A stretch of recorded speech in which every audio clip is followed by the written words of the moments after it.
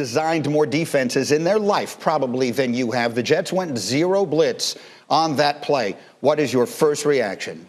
Dumbest call I've ever seen. And been around the thing for 58 years, 30 years as a coach. That's the dumbest call ever. There's no other way of putting it. Look, and it's not like cover zero. There's a time and a place for cover zero.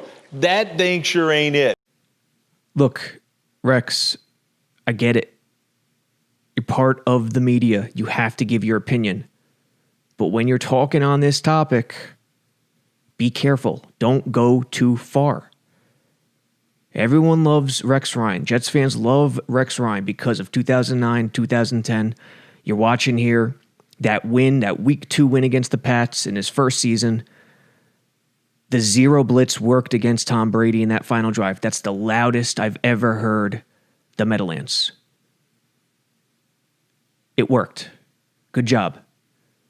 But with a minute left against Brady, a lot of people could question a zero blitz tactic in that situation.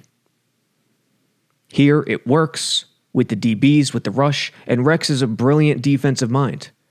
Where he fell short with the Jets, we'll get into this a little bit later, is everywhere else, personnel especially. So Rex getting on Greg Williams here with a lot of venom, and I'm not sure he should go this far.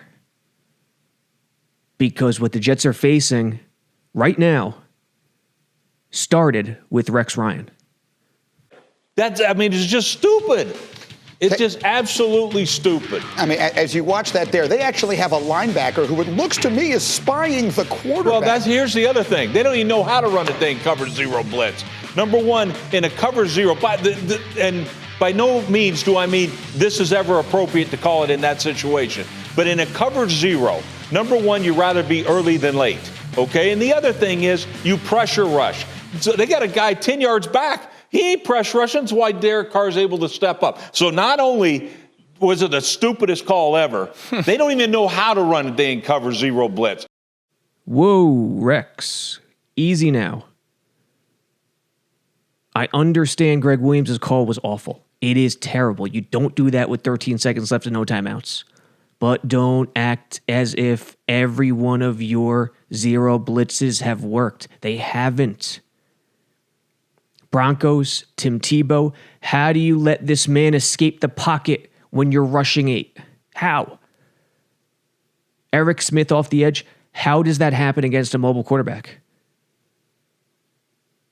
Apparently, Greg Williams isn't the only one who doesn't know how to run a cover zero blitz.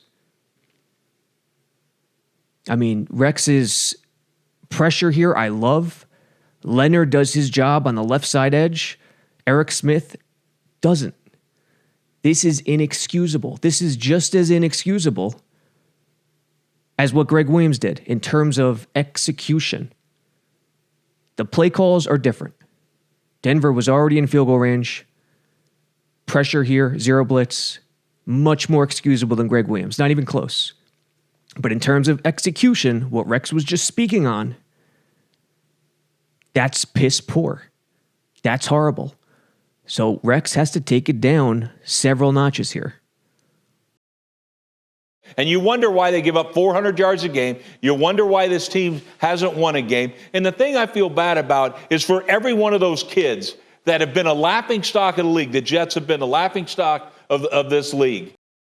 That's where Rex really loses it. Yes, feel bad for the kids. Feel bad for Lamar Jackson. They don't deserve this, no question about it. And yes, the Jets do deserve laughingstock status right now. The hiring of the coach, late to the party, firing McCagnon, all of it. But if you think for one moment that Rex Ryan had nothing to do with where the Jets stand today, you're living in La La Land. He inherited arguably the NFL's best roster, minus the quarterback, in 2009. Why? Because Eric Mangini and Mike Tannenbaum put together a phenomenal infrastructure. Brick, Mangold, Harris, Rivas, the list goes on. Tannenbaum was a financial guy. Idzik was a financial guy. Mangini, while he had shortcomings as head coach, was great with personnel. Mangini goes, Rex comes in. He was never a general manager, but he had a lot of say in personnel. You saw it on Hard Knocks. John Connor. Tannenbaum throws Rex Ryan picks like they're Tic Tacs. Idzik comes in, another financial guy. Who do you think's running the show? The dominant personality. They take one of the league's best rosters and diminish it into nothing. McCagnon comes in 2015, aggressive rebuild. Terrible idea, and they haven't recovered since. So Rex, you were the start of this. And for you to put those kids in that situation, to take the moment away from them, a win after all their hard work, that's just ridiculous. And look, Ryan and I differ in this. We both know Greg Williams, so, I mean, his take on Greg is, we all know this cat. He's the biggest ego. Look, I got a big ego, but I'm not stupid that way. Yes, I have an ego, and I will try to knock the hell out of your quarterback, but I'll beat your protection. I don't have to run cover zero every snap like this cat. Yes, Rex Ryan ain't stupid that way. Let's compare a terrible zero blitz call by Greg Williams, which in fact he did the same thing against Pittsburgh last year in the win. Twice, Marcus May had to come up with a huge PD in the end zone, against hiring Tony Sparano as your offensive coordinator for 16 games. Which is stupider? One play or 16 games? Firing Brian Schottenheimer. Bringing in Tim Tebow, the guy who beat your cover zero blitz. The famous backup quarterback. Nah, he won't hurt Sanchez at all. See, Rex's mistakes destroyed entire seasons, destroyed entire rosters, entire organizations, entire future plans. Greg Williams may have doomed a game, but he has nowhere near the impact Rex Ryan had on this organization in terms of where it stands today.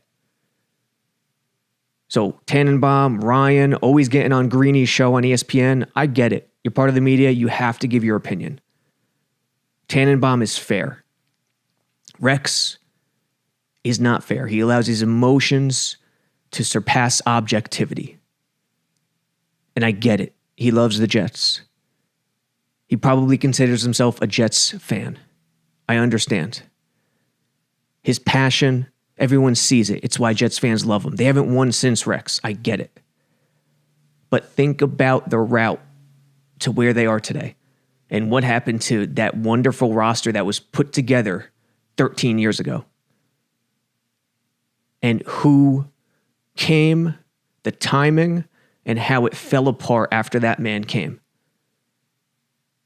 To know that, and then to hear this, is a little too much to take.